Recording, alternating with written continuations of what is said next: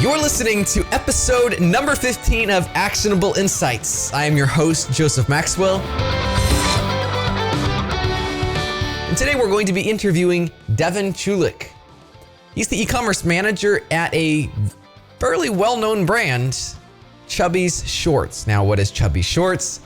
They sell short shorts, primarily for men, but they've branched out quite a little into other categories, other segments of clothing, namely men's swimwear and some other stuff as well. So we're going to hear right from Devon about how their brand has grown. What are some of the things that are really important to this brand and how they have been successful? They don't just sell clothing. They don't just sell shorts. It's literally a lifestyle brand. It envelops everything around that. In fact, they've also been delving a whole bunch into live content lately. You're going to find this very fascinating, as I did. I do have the perspective of having been through this interview already, and it was extremely inspiring. So I hope you continue to listen. But of course, I always put this in there before we begin this interview. If you haven't already, please take a moment to subscribe. Take a moment to subscribe on whatever your favorite platform is. We're on YouTube and Apple and Google and Stitcher and Spotify. My goal is to get this incredible information out because it's transformational for me. It has been. Through these past 15 episodes, I've learned a ton. And I know that you will also learn a lot through this. So without further ado, let's welcome Devon Chulick at Chubbies Shorts. Well, I am so excited to be joined by Devon Chulick here from Chubbies. Thank you for coming on, Devon. Maybe you can introduce yourself, tell us what you do for Chubbies, and what are maybe some of your favorite aspects of working at this really cool brand. Oh, man. I've been working for Chubbies for about 3 years. I'm the e-commerce product manager. Mm-hmm. I'm really product manager on the team, so there's like a lot of there's a lot of scope involved in that. Sure. So it not only is it a lot of fun, but I also, I know it's kind of cheesy when they say it, but it really is the team. The projects are great, but the team, I couldn't be luckier. I get to work right beneath one of our founders, Tom Montgomery, and I have not ever found a better mentor. That's awesome. And it's really cool when the person you work for cares about the team so much. It's that they're willing to invest in them. And I think that says a lot about the brand right there, obviously. We'll dig into a lot more. And there's so many things about Chubbies that it's just stand out to me. But I'd be curious to know, just starting from the ground level here, you, in a nutshell, the vast majority, I'm guessing, of your merchandise that you sell, at least according to the website, the vast majority, and I'm sure it's even, as far as sales numbers, even beyond that, you sell shorts for guys. Yes. But, sure. Chubbies are special because ultimately I can go to Amazon, get a pair of Amazon Basics shorts or Levi's, or if I want to spend a little extra money on American Eagle, and it all classifies as shorts.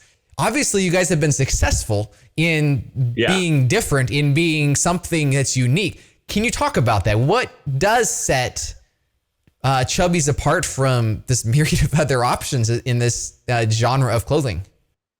There was a really big kind of setting of the trend of bringing back the short shorts. Mm-hmm. And that was something that allowed us to become kind of a name for short shorts. Okay.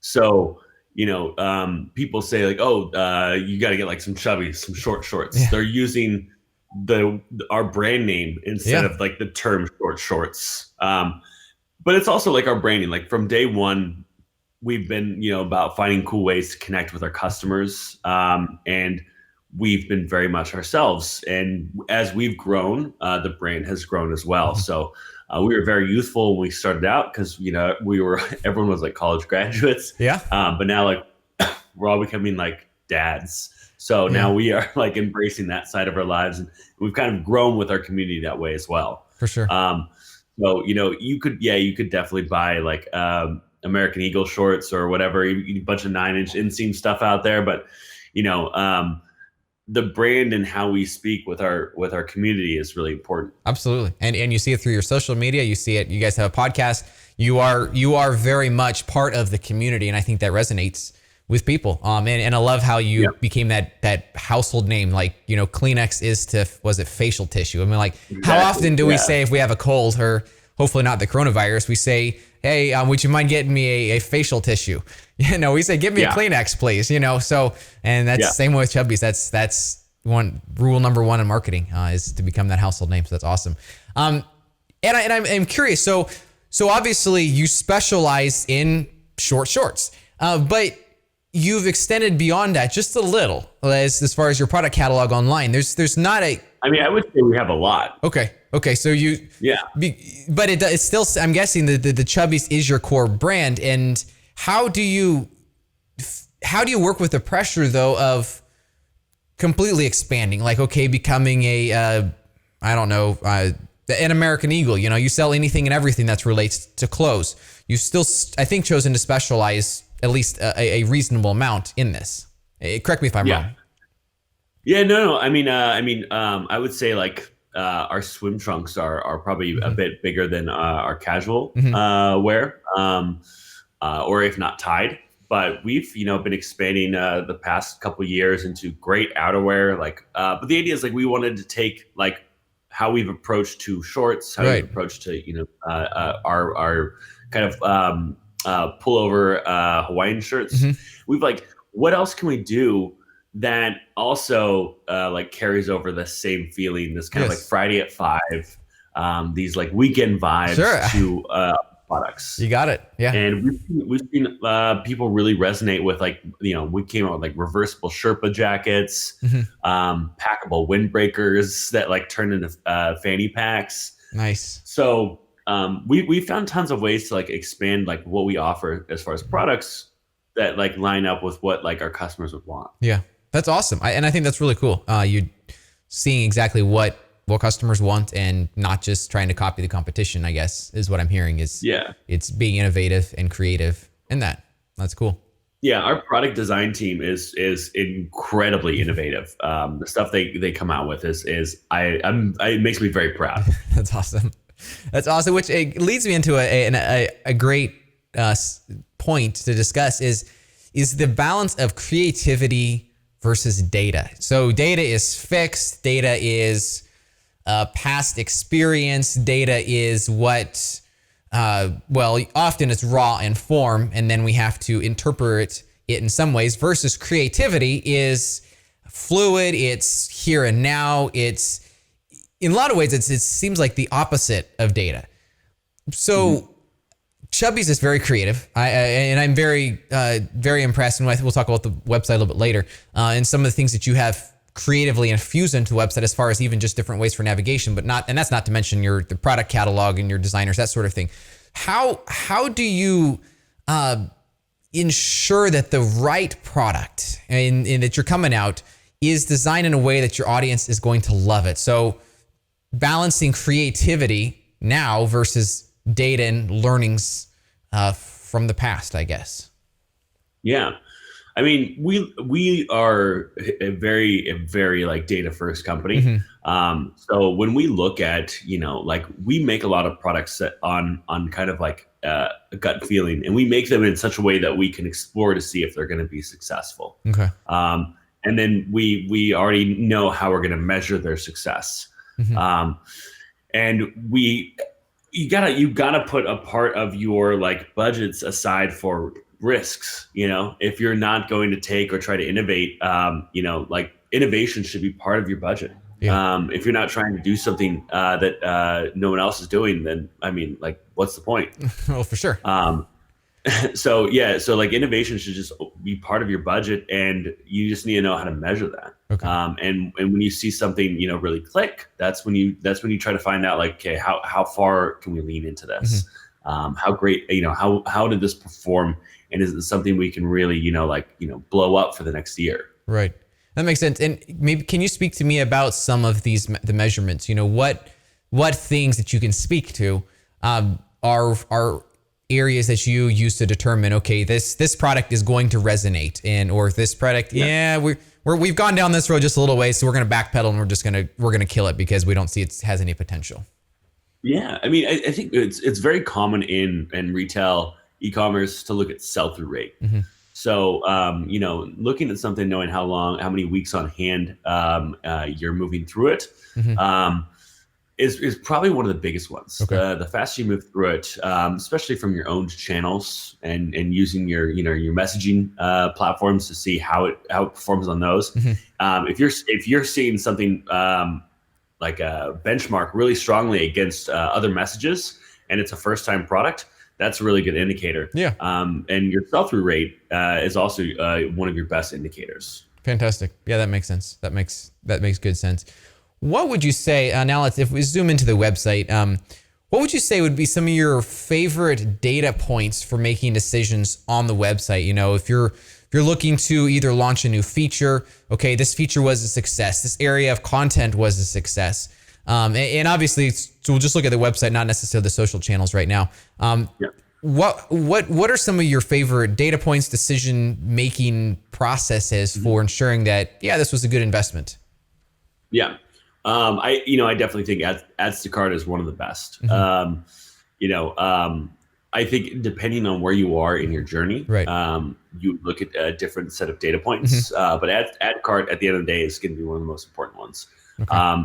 And if you have a really, really big drop off between ads to cart and checking out, there's something you need to look at your cart. But I think if someone has just landed on the homepage, I think one of the most important metrics is their second page, and kind of identifying like each step, there's something that's very, very important. So, if they land on the homepage, Yes. how many people are going to the collection pages? If they're on a collection pages, how many people are going to product pages? And as they get further down the funnel, it all kind of shifts. But at the end of the day, like ads to cart is probably one of the most important metrics I look at. Well, and that's interesting that you say that, because a lot of times what I hear is conversion rate. So you got to watch your conversion rate. But what I hear from you though is adding to cart, and obviously that means you have a good faith in your checkout process, that you've optimized that. But the add to cart is going to be much more granular. So you're going to see very clearly what products are resonating with customers based off of even how they're originating to the website. And so it's much less global and much more intuitive, I think, in that way than just a global conversion rate. Okay, is our conversion rate at 3% this week, or is it at 2% this week? And okay, how's that working? Versus, hey, this product is having a really good add to cart rate here today. So exactly, and that just shows that people want it. Like, and like, how did they get there, and how can you apply that to other other product pages? Yeah, that's a brilliant idea. I love it. So as soon as I visited the Chubbies website for the first time, the experience just jumped out at me. I think it's outstanding. Normally, you have, is it usually like the navigation bar across the top? You have mega menus, and then it's just like most e-commerce experiences are 6 of one, half a dozen of another. But the Chubbies experience is integrated, and I think one of the biggest failings of so many others of these websites, well, that's how Amazon does it, and that's how conventional wisdom does it. It doesn't mean that there's always room for improvement, and I think you all have beautifully improved within the window of what's still considered normal or what's considered expected. If you go too far out of that, people start wondering what's going on. They don't know how to navigate the website. So, the category navigation and how seamless it is to browse between categories is just brilliant. I love it. Whether it was that how you came to this conclusion of the navigation system like that, or launching a new product line, or first come up with these ideas. That'll be interesting to hear your thought process there. But also, how do you ascertain that, or test to make sure that, okay, this new navigation system, let's just say, as an example, is actually resonating, it's working with people? We actually, like I said, we are a very data first company. And we were noticing with the way our navigation was working that there was just a higher per session value of people using like our kind of persistent left-hand navigation than there was using top-hand navigation. Interesting. And so, and it also got them into a shopping experience faster. And, that is really important. You want to make sure that, navigation is easy. It's able to drive people to exactly what they want, and they make, these little micro decisions along the way. And that's what we kind of garnered from the tests and the data is that per session value is another great data point to look at. And we were noticing a higher amount with users that were actually just like that was their first instance of navigation. Wow. Yeah, and that's great. Yeah, I mean everything else. It's like we will look at all the data at the same time and then try to figure out, okay, like why is this spike important? Like what does this lend us to believe? And then looking at more traditional points depending on where you are in the customer's flow.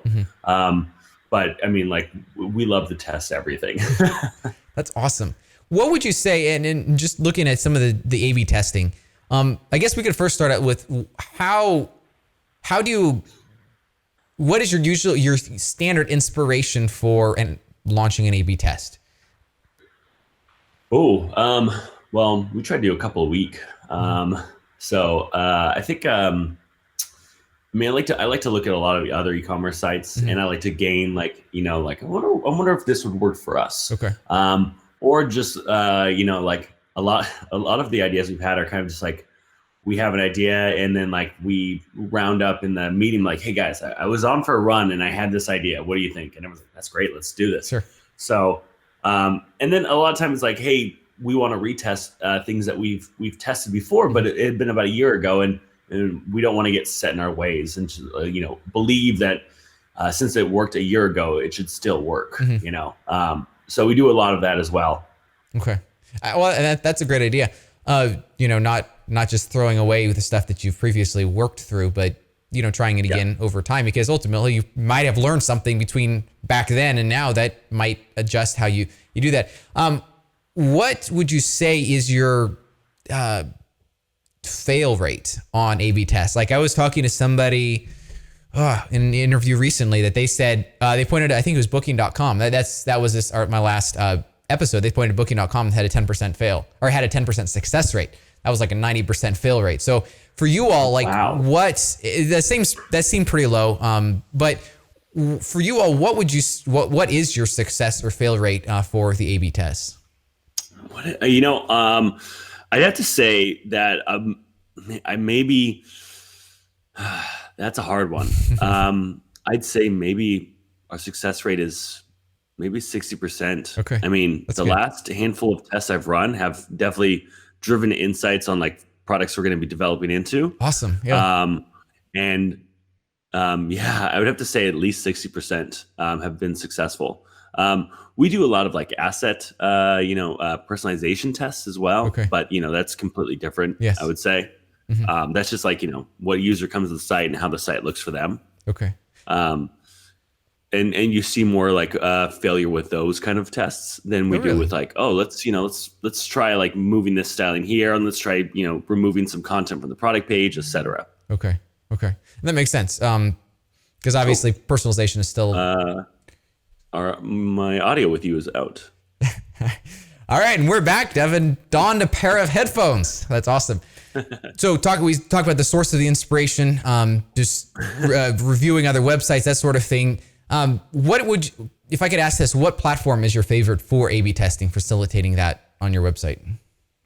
I've used Optimizely. I've used Google Optimize. Right now, long tied with personalization is Dynamic Yield, and we've had some really good success with them. Dynamic Yield. Okay, that's awesome. Yeah, Dynamic Yield is like a personalization platform, but and a testing platform. So it's definitely provided some really great unlocks. Cool, that's awesome.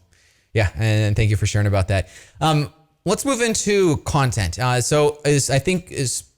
For a successful e-commerce strategy, maybe it used to work in the past. You throw your products online and hope people come and buy them. I don't know if it ever worked. Maybe put some Google ads or something in there. But yeah, that's just no longer working. And I think Chubbies is an incredible example. And I truly mean that. You have the social media platforms. You have a podcast. If I remember correctly, you have a blog. You have all the forms of content that I'm aware of nailed down. And it's not just hey, look, click, here's the picture of our product, and it's on sale today, 40% off, you get it, whatever. It's stuff that actually means something to people, and I think probably means a lot more than just a picture of a pair of short shorts that are 40% off, and I don't know if you guys even do discounts or sales. So can you speak to what led you to this type of content strategy?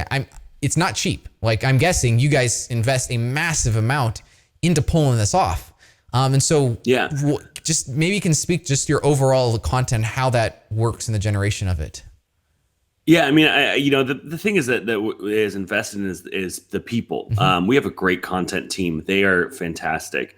And the idea is we create content that we feel like is going to resonate with our users because it resonates with us. Like we did our Stay Influencer campaign. Usually every year we have like the Chubbies Man Model contest. But, during, kind of the shelter in place and quarantine and the COVID crisis, that didn't make sense. And we honestly felt like it's not really great timing. Like I wouldn't, it doesn't really inspire a lot when everyone has to stay home. Right. And so we came up with the idea of the Stay Home Influencer.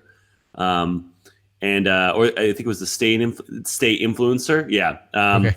And we essentially said create some content that's in your home, that's you having fun. And we saw all of our customers just finding all these great ways to connect not only with their community, but their, how they're, doing with their family, right. And how they're trying to make the best of it. And that was a really great campaign. And it's because we thought that was great and it resonated with us, and so did our users. And everything we do as far as any kind of campaign is something that we firmly believe in ourselves. Yeah. And that's really been the driving factor. Well, I guess it'd make it a lot easier. What I hear you say a number of times, you are your audience, you are your customers, and I think too few people take that opportunity. And I think a lot of merchants that I see, they have that opportunity. They could be their own customers, but they don't. Yeah. But it's not convenient or whatever. Obviously, for you guys, I think it's a little more convenient because it's just so built into who you are, and you've chosen to let that authenticity flow out to your brand, which then resonates with your customers. And a couple episodes back, we was talking with Andrew Davis, and his comment was selling online is like selling from your closet. It's hard to connect, but you guys are connecting. And I think that it's really cool to see. What would you say are some of your favorite channels that for customer dialogue? And obviously I know this is different for every merchant, but what are some of the things that has especially been resonating for you guys? Instagram is definitely a big one for us. I would say Instagram Live. We've started doing a lot of live content because of shelter in place and the fact that we've had to kind of pull back a lot of our stores and things like that. So we've moved to live content and that's been a lot of fun. We've been doing virtual trivia. We've been doing our podcast live recorded on online. That's all on Facebook Live. We've been doing happy hours every Friday on Instagram Live. So that's been something that's been really cool ways to connect with our community during this time. And it's great to see the same names coming in again, and when you see them sharing the same stories on Instagram, it's that stuff is really fun, and that resonates even with me. It's just one of those things that makes me really proud of the work we're doing. Absolutely. I would say that the what is kind of moving next that's been very interesting is TikTok. Our content team has been they've been doing some great stuff there, and the thing I like the most, and I think most brands should have a really good grasp on, is Twitter.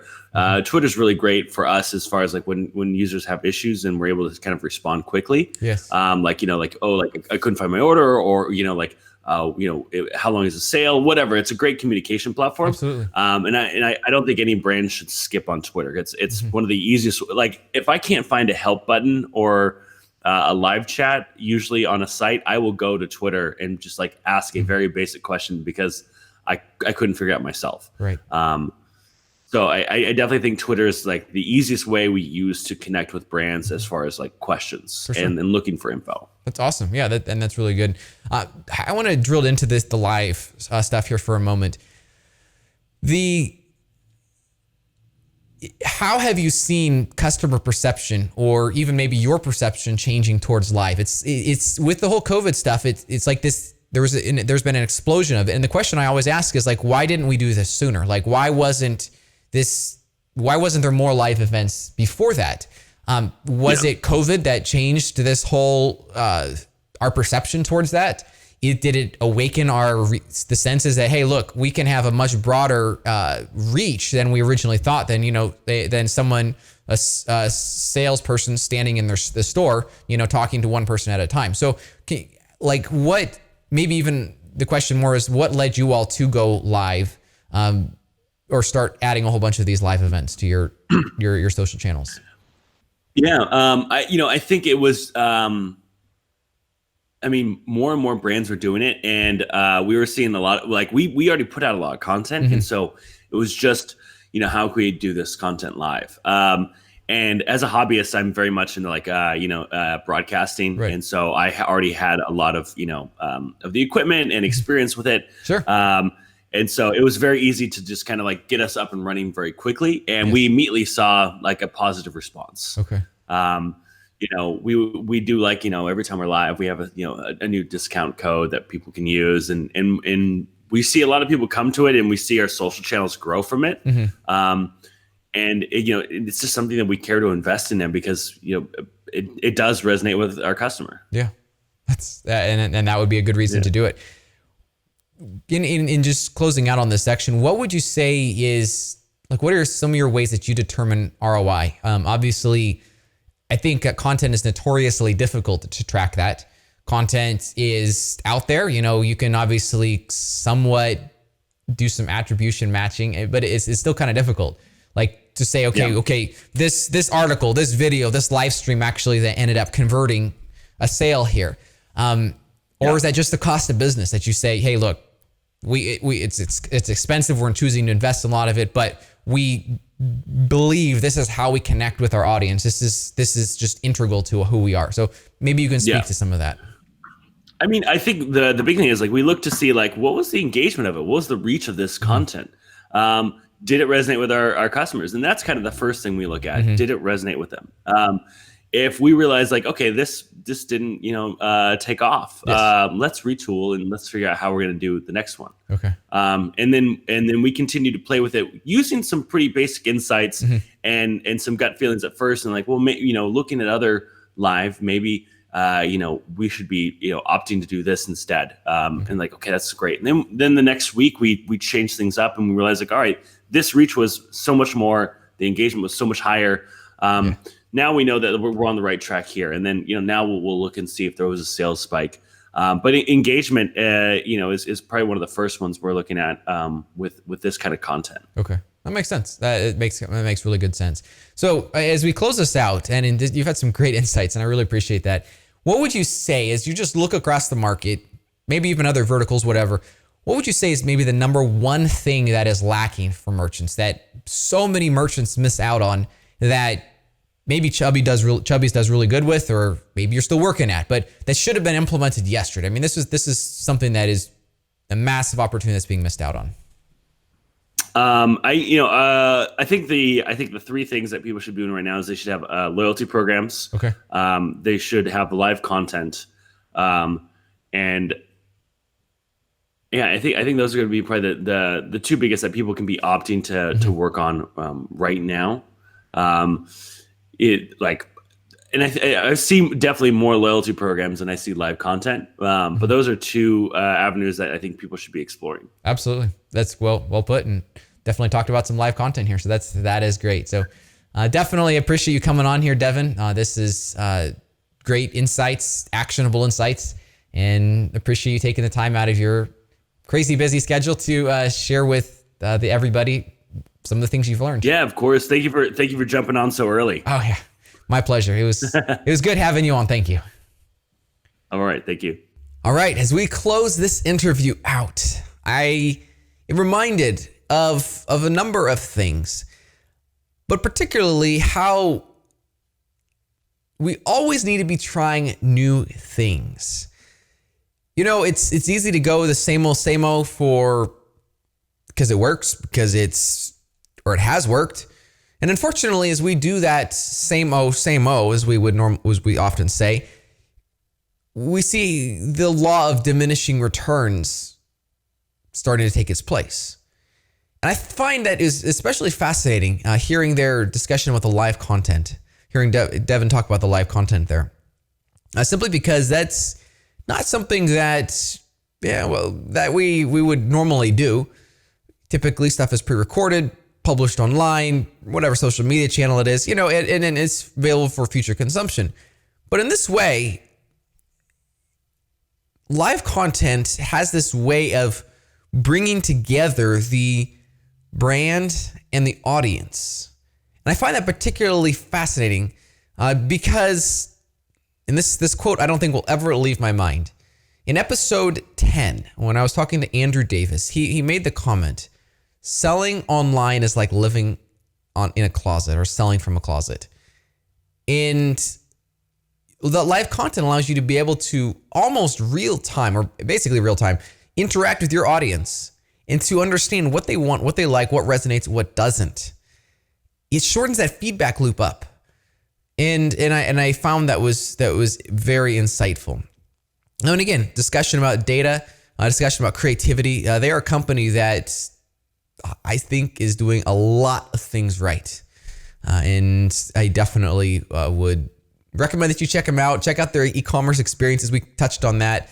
Their browsing, all of that is very unique, but very well done. So anyways, all that to say, if you haven't yet subscribed to this podcast, you're going to hear it again, and I will share it again. But please click that like button, click that subscribe button if you're listening to this on one of your favorite podcast syndication platforms, whether that be iTunes or Apple or Spotify or Stitcher, or if you are watching this as a video on YouTube. Either way, just click that subscribe button, or you can also review this. Hopefully it'll be a 5-star review. I'd be very grateful for that. Until next time, hope you have a wonderful couple weeks, and I will look forward to bringing you back another incredible interview with another veteran in the e-commerce industry.